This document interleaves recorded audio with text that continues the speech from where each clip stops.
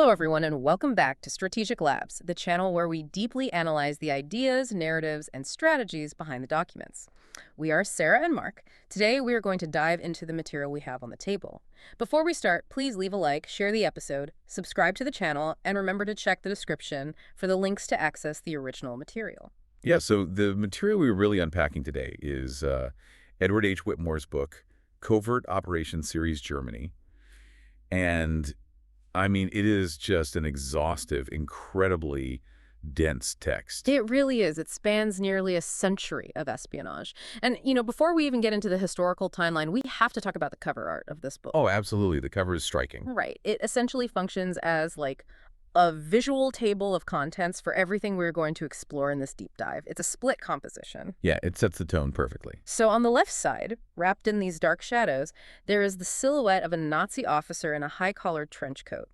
And he's standing beside this heavy mechanical Enigma machine. It feels very cold, very analog, very steeped in that 1940s brutalism. Exactly. But then as your eye moves to the right side of the cover, that shadow dissolves into a hyper-modern, neon-lit Berlin skyline. Right, you see like overlapping digital screens, cascading code, server racks. Yeah, and dead in the center, bridging these two entirely different eras, is a glowing red sniper's crosshair. And that visual perfectly distills Whitmore's central thesis. Because we are looking at a geographical space. Germany, right. Germany, a country that has spent the last 80 years sitting directly on the fault line of the world's most volatile conflicts. Which is wild when you think about it. It is. And because of that unique positioning, its intelligence agencies have been forced into a state of, well, relentless, almost Darwinian adaptation. Yeah, the book traces this very dark, deeply compromised evolution. We move from the physical, ruthless sabotage of the Third Reich, through the suffocating paranoia of the Cold War, and finally into the invisible cyber battlegrounds of the modern era. And what becomes overwhelmingly clear is that the shadows of that totalitarian past, they didn't just vanish when the regimes fell. No, they lingered. They lingered, and they shape how modern democratic oversight struggles to function today. We are going to see how the architecture of terror eventually morphed into the architecture of surveillance. So true. But let's start where the book starts. Back in 1942. I want you, the listener, to imagine stepping out of a subway station in Washington, D.C. Right into the thick of the war. Exactly. It's June 1942. The air is humid, heavy with wartime anxiety. You walk into the headquarters of the FBI holding a briefcase. A briefcase containing over $80,000 in cash, which was a staggering fortune at the time. You're sweating through your civilian suit. You approach the desk and demand to speak directly to J. Edgar Hoover. Which is just an insane thing to do. Right. And your message. You are a Nazi saboteur, handpicked by German military intelligence, dropped off by a U-boat on American soil just days ago, and you're here to betray your entire team. It sounds like a scene from a pulp spy novel, but that is exactly how the most audacious physical infiltration of the United States in World War II unraveled. Operation Pistorius. Yeah. And it forces us to ask, how did an intelligence apparatus so feared worldwide miscalculate the human element so catastrophically? Operation Pistorius is really the perfect baseline for understanding the limits of human intelligence, or human T. Right. Because in the early 1940s, the Nazi regime, specifically Admiral Wilhelm Canaris, The head of the Abwehr. Right. Germany's military intelligence. Exactly. They harbored these grandiose ambitions to strike the U.S. directly. And the goal wasn't to win a military battle on American soil. No, it was to cripple U.S. wartime production. Right. They wanted to blow up aluminum plants, destroy the hydroelectric facilities at Niagara Falls, and derail critical railway lines. I have to challenge the premise of this operation right out of the gate. They lay it out. Looking at the logistical nightmare of crossing the Atlantic in 1942, was this plan an audacious stroke of military genius that simply suffered a stroke of bad luck with a weak recruit? War. Or was this an act of sheer panic desperation? Like, did the Abwehr look at a map, look at the sheer industrial output of American factories, and realize they could never win a war of attrition? So they threw a highly engineered Hail Mary pass. Exactly. A desperate Hail Mary. The evidence in Whitmore's text points heavily to desperation masquerading as audacity. That makes sense. The German high command, despite all their propaganda, they understood numbers. The American industrial machine was a sleeping giant that had just woken up. Yeah, conventional warfare across an ocean was physically impossible for Germany. So asymmetric warfare, sending small teams to disrupt supply chains was literally the only mathematical way to slow that giant down. But their critical flaw was the hubris. They assumed they could control the human variable in a completely hostile, hypervigilant environment thousands of miles away from Berlin. Let's dig into the mechanics of how they actually tried to pull this off, because the preparation was intense. Oh, it was wild. They didn't just grab random soldiers. They specifically recruited Germans who had previously lived in the United States. Right, guys who knew the culture. Yeah, men like George John Dash, who had been a waiter in New York, and Ernst Peter Berger. They needed men who knew American slang, who knew how to order a beer without looking out of place. Men who wouldn't be confused by the American transit system. Exactly. And the training was exhaustive. The Abwehr set up a specialized sabotage school on an estate near Berlin. They drilled these men in chemistry and explosives. They were taught how to construct delayed action timing devices. And how to wire detonators to railway tracks so they would only trigger when a heavy locomotive rolled over them. Not a passenger train, a freight train. They were also provided with deeply researched forged identities. Fake Social Security cards, draft deferment cards. They even underwent intense psychological stress testing. But the transportation method is what makes this feel so surreal. The U-boats. Yeah, they loaded these guys onto U-boats. One team on the U-202, another on the U-584. And they spent weeks submerged in these claustrophobic diesel-fumed steel tubes, dodging Allied patrols. Until they literally surfaced off the coast of Long Island, New York, and Ponte Vedra Beach, Florida, under the cover of thick fog. They rowed ashore in rubber dinghies, and they had their explosives packed in these meticulously waterproofed wooden crates that they buried in the sand. So they engineered the physical components flawlessly. But like we said, what they couldn't engineer was the psychology of isolation. Exactly. The moment George Dash's team landed on a beach in Amagansett, New York, they were almost immediately spotted by an unarmed Coast Guardsman. John Cullen, right, he was just walking a routine patrol. Yeah, and Dash panicked. He shoved cash into Cullen's hand, threatened him, and told him to forget what he saw. Which is the worst possible thing you could do. Cullen took the money, walked back to his station, and immediately reported it. And from that single human interaction, this entire multi-million-dollar operation just starts to crumble. It falls apart instantly. Dash gets his team to a hotel in New York City, but the pressure breaks him. He realizes a massive manhunt is about to begin. Right. So he takes the operations budget and gets on a train to Washington, D.C., and makes that fateful walk into the FBI headquarters. He just spilled everything. The targets, the names of his compatriots, the location of the Florida team. Everything. Within 2 weeks, the FBI had swept up all 8 saboteurs before a single explosive was rigged. It was a humiliating failure for Canaris and the Abwehr. It's like this highly engineered machine, but with a faulty microchip. That's a great way to put it. It proved that human assets, no matter how well trained in explosives, are inherently fragile. Right. They suffer crises of conscience. They succumb to fear. They make irrational decisions when isolated, and the consequences were brutal. 6 of the 8 men were tried by a secret military tribunal and executed in the electric chair just weeks later. Dash and Berger were spared the death penalty for cooperating, but the message to Berlin was incredibly clear. You cannot physically infiltrate the American home front. Exactly. So if physical sabotage is off the table, how do you wage an asymmetric war? You pivot. You move away from the fragility of human psychology and put your absolute faith in machines. You move to the invisible war of the airwaves. Which brings us to the Enigma machine. If Pistorius showed the weakness of human agents, Enigma represented Germany's absolute hubristic faith in technological supremacy. Enigma represents the absolute zenith of that technological hubris.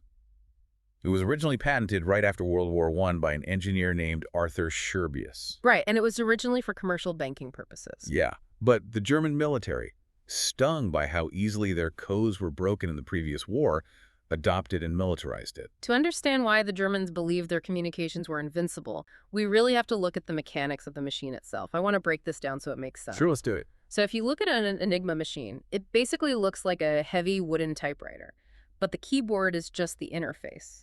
Right, when a radio operator presses the letter A, the machine doesn't just print an A. It sends an electrical current through a series of wired, rotating wheels called rotors. Let's trace that current. You press A. The electricity flows into the first rotor, which scrambles the signal internally and passes it to the second rotor. Which scrambles it again and passes it to a third. Exactly. But here is the critical mechanical feature. Every single time you press a key, that first rotor physically clicks forward one position. Oh, wow. So the electrical pathway is completely different for every single keystroke. Exactly. If you press A 3 times in a row, the machine might spit out X, then L, then P. So it completely eliminates those simple substitution patterns that code breakers traditionally relied on. Yes. But the military added another layer of complexity on top of that. The Steckerbrett, or plug board, on the front of the machine. Right, before the electricity even reached the rotors, operators would use cables to plug letters into each other. If they plugged A into G, pressing A would send the current into the rotors as if the G key had been pressed. So when you calculate the possible combinations, the choice of which 3 rotors to use out of a box of 5, The starting position of those rotors. and the myriad of plugboard connections, you arrive at roughly 159 quintillion possible settings. It's an unimaginable number. And German military protocol demanded that all units, from the panzer divisions to the U-boat wolf packs, reset these configurations every 24 hours at midnight. It sounds mathematically impossible to crack. It would have been impossible with human minds alone. But the machine had a fatal fundamental design flaw. The reflector. Yes. Scherbius, the original inventor, wanted to make the machine user-friendly. He wanted operators to be able to use the exact same machine to encrypt an outgoing message and decrypt an incoming message without flipping any switches. Okay. So to achieve this, he installed a component at the end of the rotor sequence called a reflector. And this is where the mechanics betray the math. Completely. The reflector takes the electrical current after it passes through all the rotors and simply bounces it back through the rotors in reverse. So this clever wiring means if A encrypts to Q, then typing Q will decrypt back to A. Exactly. But the mechanical consequence of bouncing the signal back on a different wire is that an electrical circuit can never complete upon itself. Wait, meaning? Meaning a letter could never, under any circumstances, encrypt to itself. And A could be any of the other 25 letters of the alphabet, but it could never be A. Okay, I am stuck on something here. Why is that such a massive vulnerability? I mean, if there are 159 quintillion settings, who cares if you know what one letter isn't? Right. It still leaves millions of possibilities. It sounds like knowing a puzzle piece isn't blue. It doesn't help you find the actual piece. It doesn't help if you only have one letter. But the Allies intercepted thousands of messages a day, and the German operators, despite their sophisticated machine, were humans. And humans fall into lazy routines. Exactly. They would start their 6:00 a.m. weather reports with the exact same phrasing every single day. Wetter für Hirsch, meaning weather forecast. Ah, okay. The cryptologists at Bletchley Park in England called these predictable phrases cribs, right? Yeah. So if you take the intercepted gibberish, the ciphertext, and you slide the word Wäscheverhörsage underneath it, letter by letter. You slide it to a position where a W in the ciphertext lines up with the W in your crib. And you know instantly with 100% mathematical certainty that this is the wrong position. Because the Enigma's reflector makes it physically impossible for a W to be encrypted as a W. Oh, wow. So you use the machine's own design to logically eliminate millions of incorrect settings without ever having to test them. Exactly. It's vital to note that the theoretical foundation for this was laid by Polish cryptologists in the 1930s, specifically Marian Rejewski. Right, and when Poland fell, that knowledge was smuggled to the British. And at Bletchley Park, Alan Turing and a massive team of analysts mechanized this process. They built machines called bombs. What did a bomb actually do mechanically? Was it just a giant early computer calculating possibilities? It wasn't calculating answers, it was calculating logical contradictions. Okay, how so? A bomb was essentially dozens of Enigma rotors wired together. The operators would plug in a crib that guessed at a phrase and turn the bomb on. And the machine would rapidly cycle through rotor positions. Right. If a position resulted in a logical contradiction, like a letter encrypting to itself, the machine kept spinning. It only stopped when it found a position where no contradictions existed. That drastically narrowed down the possibilities, allowing human code breakers to figure out the plugboard settings and read the day's traffic. The strategic impact is almost unfathomable. This was the ultra-intelligence. The Allies could suddenly read the communications of the U-boat wolf packs terrorizing the Atlantic. They could route civilian supply convoys around the submarines. They knew exactly which German divisions were waiting behind the beaches of Normandy before D-Day. But, here is where we hit a profound ethical wall in the text. I want to pose this scenario to you, to the listener. It's a tough one. You are an Allied commander. You have an intercepted, decrypted message sitting on your desk. You know a U-boat is waiting in a specific grid square to sink a ship full of troops and supplies. Your immediate instinct is to reroute the ship to save thousands of lives. Obviously.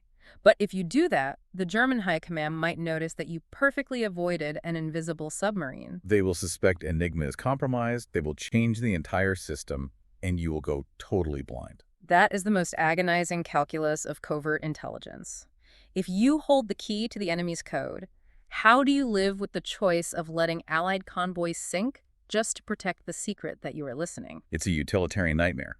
The value of the source, the ability to read the enemy's mind, is prioritized over the immediate tactical outcome. To protect the ultra-secret, Allied commanders frequently had to let attacks happen. They let ships sink. Or, if they absolutely had to act on the intelligence, they had to manufacture an elaborate fiction. Right, like sending a seemingly lost reconnaissance plane to accidentally fly over the U-boat so the Germans would think, they spotted us by chance. Rather than they are reading our mail, it requires an incredible degree of cold, systemic detachment. It exposes the brutal reality of intelligence warfare.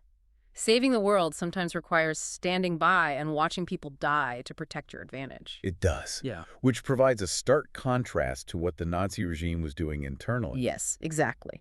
Because Enigma was focused outward on military strategy and naval dominance. But inside the borders of the Third Reich and across the territories they occupied, they faced the problem of controlling millions of hostile civilians. And to achieve this, they fused intelligence gathering not with mathematics, but with state-sponsored terror. We are looking now at the creation of the Sicherheitsdienst, the SD. Under Reinhard Heydrich. Yes, the architecture of terror. Reinhard Heydrich was arguably the most coldly efficient bureaucratic architect of terror in the 20th century. In 1931, Heinrich Himmler tasked him with creating an intelligence service for the SS. Right, because prior to this, Nazi internal security was a fractured mess of competing agencies. Heydrich envisioned a centralized, elite intelligence apparatus that would map the entire societal structure of Germany and eventually Europe in order to dominate it. And Whitmore's text makes it clear this wasn't an intelligence agency in the traditional sense of gathering data to inform foreign policy. No, the SD was a machine built for societal sterilization. They didn't just target foreign spies. They built an immense, meticulous filing system using index cards. Just millions of index cards. Yeah, mapping out political dissidents, union leaders, clergy, Freemasons, and crucially, the Jewish populations. They employed a vast methodology of surveillance. Early, systematic telephone wiretapping, massive mail interception, and censorship operations. But primarily, it relied on a sprawling network of civilian informants, neighbors reporting on neighbors. The SD weaponized human petty grievances and fear to feed their card indexes. It's this chilling intersection where espionage merges seamlessly with genocide. Because when the German army invaded Eastern Europe and the Soviet Union, the SD didn't just provide maps of enemy troop movements. They provided the structural intelligence backbone for the Einsatzgruppen, the mobile killing squads. The SD's meticulous files told the squads exactly who to round up and execute in every occupied village. They used data collection to execute the Holocaust. Heydrich's system was so brutally effective, and he became so deeply feared as the Butcher of Prague when he governed occupied Czechoslovakia, that the British SOE and the Czech resistance concluded he had to be eliminated. Which led to Operation Anthropoid in 1942. Yes. 2 Czech soldiers, trained in Britain, parachuted in. They ambushed Heydrich's open-top Mercedes as it slowed around a sharp curve in Prague. One soldier's submachine gun jammed, but the other threw a modified anti-tank grenade that exploded near the rear wheel. Shrapnel and horsehair from the car seat embedded in Heydrich's body, and he died of sepsis days later. It was a massive triumph for the resistance. But the SD's reaction to his death illustrates the absolute horror of totalitarian intelligence. It wasn't a surgical counterintelligence operation to find the killers. No, it was blind, disproportionate reprisal. Based on incredibly flimsy, fabricated intelligence, they surrounded the village of Lidice. They executed all the men, sent the women to concentration camps, and literally bulldozed the village off the map. Just erased it. Which brings up a critical question regarding the actual effectiveness of an agency built entirely on terror. What's your theory? Well, we usually think of intelligence agencies as seeking to understand the world. Heydrich's SD used intelligence to proactively eradicate parts of it. Right. So if I am an average citizen living in occupied Prague or Berlin, and I am terrified of being sent to a camp, I am going to be highly compliant. That's right. I will tell the SD whatever they want to hear. So doesn't that immense fear make the intelligence gathering easier? Did the sheer terror the SD inspired actually degrade their intelligence quality? That's the paradox. On the surface, it seems to ensure compliance, but mechanically, terror destroys the fidelity of intelligence. Because people just lie to survive. Exactly. When you govern by absolute existential fear, truth becomes entirely subordinate to survival. If an SD officer demands names from an informant, that informant will fabricate names just to appease the officer. Or people use the anonymous denunciation system to settle personal scores. Yeah. To get rid of a business rival or to take a neighbor's apartment. So the system just floods with noise. Precisely. It creates a massive feedback loop of paranoia. The SD's files became bloated with fabricated threats and false conspiracies generated by the very terror they utilized to gather the data. They were incredibly effective at crushing organized resistance through sheer blunt force. But their granular understanding of societal reality was constantly polluted by the fear they manufactured. And we see that structural flaw completely self-destruct when they try to export this model. Oh, absolutely. They attempt to apply this methodology of subversion to the vast expanse of the Eastern Front, and they hit an absolute brick wall. Let's dig into Operation Zeppelin. Operation Zeppelin, launched by the SD and the Abwehr in 1942, was an attempt to take the asymmetric sabotage tactics we saw in Pistorius, scale them up massively, and apply them behind Soviet lines. The strategic objective was to parachute teams of agents deep into Soviet territory to blow up critical railway junctions, destroy supply depots in the Ural Mountains, and, most ambitiously, incite anti-Soviet uprisings among ethnic minority populations. But to achieve this, they needed native speakers. I mean, you can't drop a German from Bavaria into the Russian steppes and expect him to blend in. No. So the SS scoured the prisoner of war camps. They recruited captured Soviet soldiers, Russian émigrés, and individuals from ethnic minorities who harbored deep, legitimate grievances against Joseph Stalin's brutal regime. They promised them weapons, training, and the chance to liberate their homelands. They trained these recruits in radio transmission, parachuting, and demolition. But the operational realities were a nightmare of geography and counterintelligence. Right. They were dropping agents into massive freezing distances where simply surviving the climate after landing was a challenge. More importantly, they were parachuting them directly into the jaws of the Soviet NKVD. The hyper-efficient, utterly ruthless internal security apparatus that eventually became the KGB. And the Soviet response wasn't just to shoot these agents. That would be a waste of an asset. Right. The NKVD mastered the art of the radio game, or Funkspiel. When they captured a Zeppelin team, they would subject them to intense interrogation and torture. Once broken, they would force the captured radio operator to sit at his transmitter and continue sending messages back to Berlin. Acting as if the mission was proceeding perfectly, the mechanics of these radio games were fascinating. They really were. Every radio operator has a unique rhythm when tapping Morse code, known as their fist. Like a signature. Exactly. Berlin intelligence officers knew the fists of their agents. Furthermore, the agents were given secret security checks. Like intentionally misspelling a specific word to signal if they were transmitting under duress. But the Soviets were meticulous. They learned the security checks. They studied the fists. If an operator tried to signal he was captured, the NKVD often caught it, tortured him until he corrected it. Or they simply fabricated a reason for the transmission anomaly, like claiming the agent had injured his hand during the parachute drop. So Berlin was receiving highly detailed requests for more supplies, more agents, and more weapons to support phantom uprisings that didn't exist. The Luftwaffe would fly deep into Soviet airspace to drop supply canisters right into the waiting hands of the NKVD. The Germans could never be entirely certain if they were commanding a vibrant partisan network or talking directly to a Soviet intelligence officer laughing on the other end of the radio.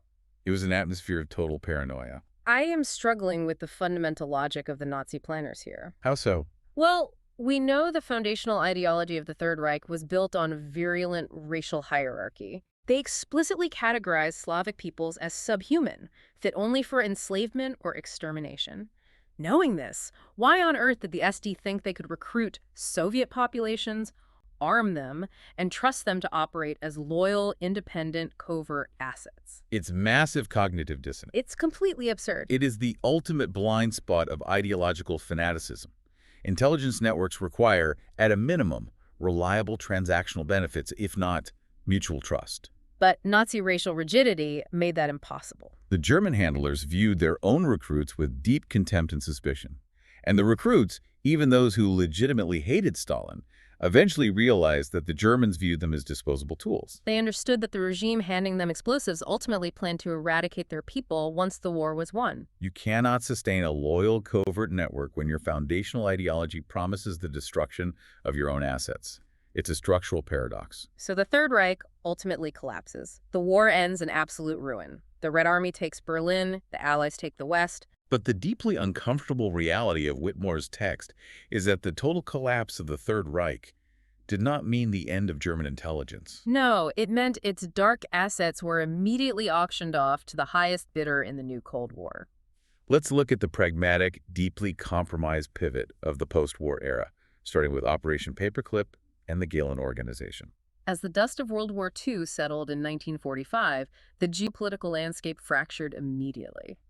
The United States and the Soviet Union went from uneasy allies to existential adversaries overnight. And the West realized that while the Nazi regime was evil, it possessed highly advanced technological and intelligence capabilities. The U.S. military concluded they could not allow those assets to fall into Soviet hands. Thus, Operation Paperclip, the covert initiative to extract over 1,000 German scientists, aerospace engineers, and technicians, Many of whom were deeply embedded in the Nazi Party machine. and quietly integrate them into the American military-industrial complex. They brought over Werner von Braun to build rockets.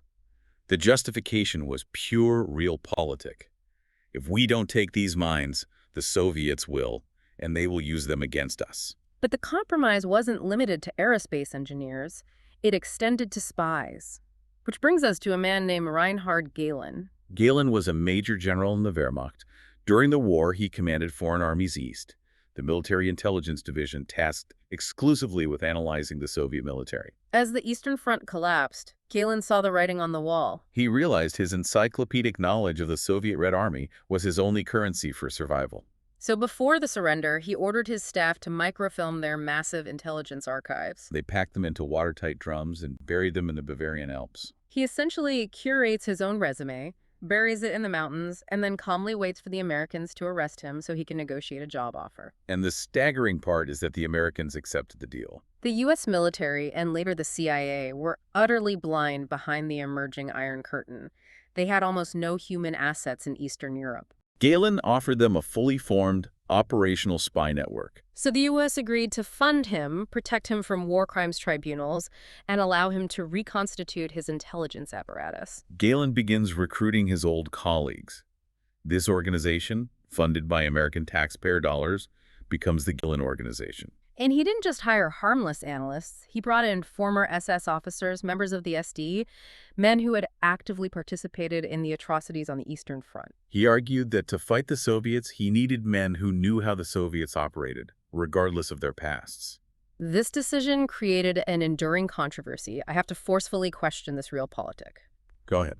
You often hear that the U.S. had no choice because the Soviet threat was so immediate. But look at what happens. The Gehlen Organization doesn't stay a temporary rogue outfit. No, in 1956, it is officially absorbed by the West German government. It literally becomes the Bundesnachrichtendienst, the BND, the Democratic Intelligence Agency of West Germany. You are constructing the foundation of a democratic West German intelligence agency using the architects of a totalitarian nightmare. How much of the democratic foundation rots when you use poisoned bricks? The institutional rot was severe and immediate.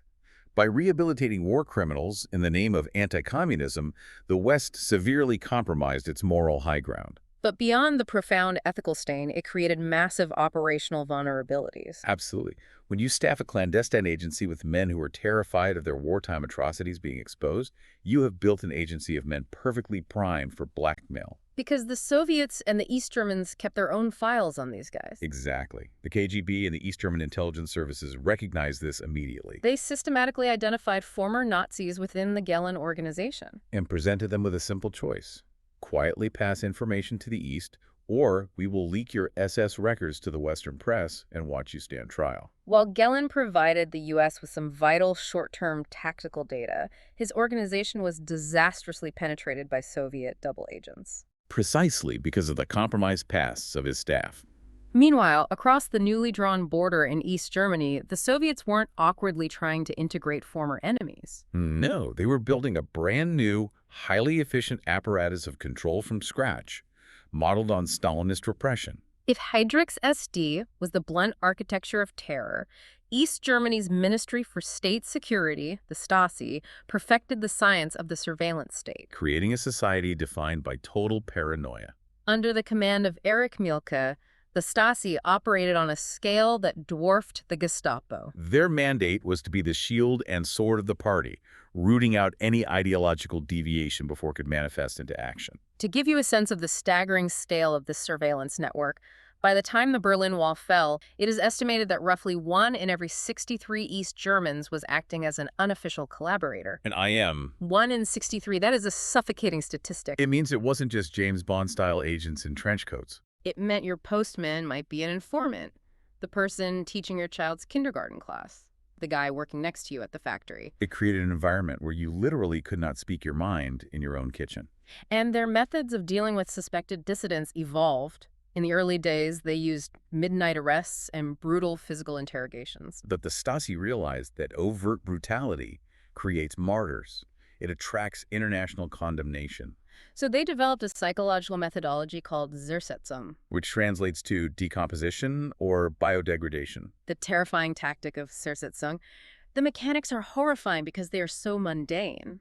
If the Stasi identified someone as a threat, maybe an environmental activist or an independent writer, they wouldn't arrest them. They would slowly, systematically destroy their personal and professional life.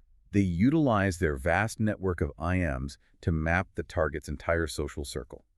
Then they would begin the psychological warfare. They would spread targeted rumors at the target's workplace, suggesting they were an embezzler or, ironically, a Stasi informant, isolating them from their colleagues. They would intercept their mail and fail to deliver important documents.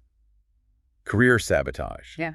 Relationship destruction. They would even break into the target's apartment while they were at work, but they wouldn't steal anything. No, they would subtly alter the environment to induce a sense of paranoia. They would move a painting 2 inches to the left. They would change the brand of coffee in the cabinet. They would set the alarm clock to go off an hour late, making the person constantly late for work. The goal was to destabilize the individual's mental health to the point where they were too paralyzed by anxiety, depression, and paranoia to engage in any anti-state activities. It is a form of state-sponsored gaslighting that leaves no physical bruises, making it incredibly difficult for the victim to prove they are being targeted. It is the total atomization of society. But there is a massive irony here. The Stasi was so deeply terrified of its own citizens that it required hundreds of thousands of informants just to maintain a grip on reality. Right. Yet, simultaneously, their foreign intelligence branch was competent enough to execute some of the most sophisticated, patient, and devastating infiltrations of the entire Cold War. You're talking about the Günter Guillaume affair. Exactly. Let's look at Guillaume. He is the textbook definition of a deep-cover sleeper agent. In the mid-1950s, the Stasi sent Guillaume and his wife across the border into West Germany. Their cover story was incredibly mundane. They were simply refugees fleeing the East. They settled in Frankfurt, set up a small business, and began living seemingly ordinary lives. They didn't go immediately looking for military bases to photograph. They played a very, very long game. Patient, long-term grooming by the Stasi, Guillaume joined the Social Democratic Party, the SPD. He started at the very bottom, handing out flyers, organizing local community meetings, being the helpful, charming guy who was always willing to work late. Over the course of 15 years, he built genuine, robust social and political capital. He proved himself to be a highly competent and fiercely loyal party organizer. He steadily climbed the ranks of the SPD apparatus until he finally crossed paths with Willy Brandt, who would eventually become the Chancellor of West Germany. Guillaume becomes so trusted that he is appointed as one of Chancellor Brandt's 3 personal secretaries. This is a Stasi operative who now has unparalleled access to the highest levels of West German government. He is managing Brandt's schedule. He is handling the chancellor's private correspondence. He is sitting in on highly sensitive briefings regarding NATO strategy and West Germany's delicate diplomatic overtures to the Eastern Bloc. When West German counterintelligence finally uncovered the truth in 1974, largely through intercepted, decoded radio transmissions that mentioned personal details matching Guillaume's life, the fallout was seismic. The revelation that the Chancellor's right-hand man was passing state secrets to East Berlin forced Willy Brandt to resign in disgrace. It was a catastrophic failure for Western security. I look at the Guillaume case, and I have to ask how an open, democratic society can possibly defend against a sleeper who has spent a decade building genuine social capital. If an agent doesn't act like a spy, if they don't steal documents in the dead of night, but instead spend 15 years building verifiable, legitimate trust. The only way to catch them early seems to require monitoring everyone all the time. And that is the enduring vulnerability of an open society. Democracies operate on a baseline assumption of trust and privacy. Totalitarian systems view that trust as a structural weakness to be exploited. To proactively detect a sleeper agent like Guillaume before they gain access, a democracy would have to institute incredibly intrusive, continuous vetting of its own citizens' private lives. And that friction brings us back to the core dilemma. If you build a counterintelligence state aggressive enough to find a Guillaume at the grassroots level, you risk mutating your democracy into the very Stasi-like state you're trying to protect yourself against. And that tension did not evaporate when the Berlin Wall finally fell. The Cold War ended, Germany reunified, and the sheer horror of the Stasi's paper trails was exposed to the public. But the legacy of surveillance didn't die. No, it simply migrated from manila folders to servers. It digitized. Let's bring this narrative into the modern era, to the digital frontier of NSA and BND surveillance and the modern cyber threats. The attacks of September 11, 2001 fundamentally altered the global intelligence mandate. The focus abruptly shifted from monitoring nation-states to tracking decentralized, highly mobile terrorist networks. The German BND quickly realized that they lacked the technological infrastructure to monitor global digital communications effectively. They needed the massive technological superiority of their American counterpart, the National Security Agency. This led to a deeply complex, highly controversial post-9/11 cooperation. The sources detailed joint initiatives like Project Iconol, and this wasn't about putting a microphone in a specific target's living room. No, this was about tapping directly into the massive fiber optic cables that carry the world's internet traffic through hubs like Frankfurt. To understand the scale, we have to look at how fiber optics work. These cables transmit data as pulses of light. The intelligence agencies used optical splitters, essentially prisms placed directly on the cables. When a pulse of light passes through the prism, it splits, sending the original signal to its intended destination. And simultaneously sending an exact duplicate to an intelligence data center. So they are hoovering up massive amounts of European data, duplicating the flow of the river without starving the water. And to process this unimaginable flood of data, the NSA provided the BND with a software system called XKeyscore. XKeyscore was essentially a highly sophisticated search engine for global intercepts. When data flows across a tapped cable, it is broken down into packets. XKeyscore allowed analysts to filter these packets, not just for specific content, but for metadata. Who is emailing whom, from what location, at what time, using what type of encryption?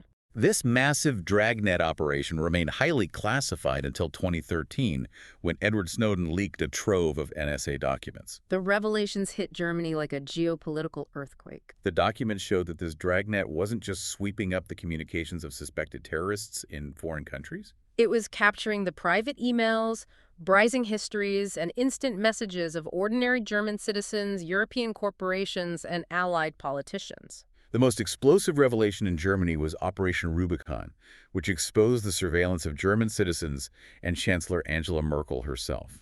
The NSA had been monitoring her mobile phone communications. The public backlash was immense. Completely understandable. I want to draw a direct line here from the past to the present because this is where the history feels incredibly urgent. Okay, let's hear it. We talked about the Stasi, employing 1 in 63 citizens to passively monitor their neighbors, gathering massive amounts of trivial data just in case it proved useful later. If we look at mass digital data collection, where algorithms flag keywords in billions of private emails, storing metadata indiscriminately, Is that not just a sanitized, algorithm-driven version of the Stasi's informant network? Exactly. I push you to define the line there. What is the philosophical difference? It is a comparison that resonates deeply within German society, precisely because of their history. The crucial difference, intelligence agencies argue, lies in the intent and the oversight. Okay, intent. The Stasi collected data to exert psychological control over its population and suppress dissent. The BND and NSA argue they collect bulk data to identify anomalous patterns, to find the terrorist cell communicating before an attack. They argue that to find the needle, you must first possess the entire haystack. But the deep hypocrisy was palpable to the German public. Here was a reunified Germany, a nation that had painstakingly dismantled the Gestapo and the Stasi, a nation with some of the strictest privacy laws on earth. Discovering that its own democratic intelligence agency was legally maneuvering to allow a foreign power to conduct mass surveillance on its soil. It highlighted how technology had completely outpaced legal frameworks, analyzed the modern democratic struggle to balance national security with civil liberties. The line between necessary cyber defense against hostile states and the erosion of the very democratic privacy the state claims to protect becomes incredibly blurred when a single algorithmic sweep captures the private lives of millions. And yet, the text makes it painfully clear that the digital threats are not hypothetical. Not at all. Germany is currently fighting an active, invisible war every single day. The digital battlefield is the new front line. We are talking about state-sponsored cyber espionage. Primarily originating from Russian intelligence agencies like the GRU and the FSB. Germany is a prime target for Russian cyber operations because it is the economic engine of Europe and a central pillar of NATO. The contemporary threats outlined in Whitmore's text are severe. We are not just talking about stealing state secrets. We are talking about highly sophisticated malware designed to infiltrate the networks of the German Bundestag, the parliament. We are seeing sustained campaigns aimed at stealing intellectual property from Germany's advanced manufacturing and green energy sectors. It's hybrid warfare. They use phishing emails to gain access to a server, steal data, and then potentially weaponize that data through disinformation campaigns to manipulate democratic elections. To counter this, Germany has had to evolve once again. They've had to develop offensive cyber capabilities within the BND, recognizing that passive defense is no longer sufficient. They have even launched civilian initiatives like the Cyberwar. Essentially, a cyber militia where civilian cybersecurity experts can volunteer their skills to help defend municipal digital infrastructure during a crisis. It is the ultimate game of cat and mouse. It is the Enigma machine all over again. It is the radio games of Operation Zeppelin. But instead of U-boats and parachute drops, the infiltration is happening via lines of code, exploiting vulnerabilities in software architecture. We have covered an immense, dark expanse of history today.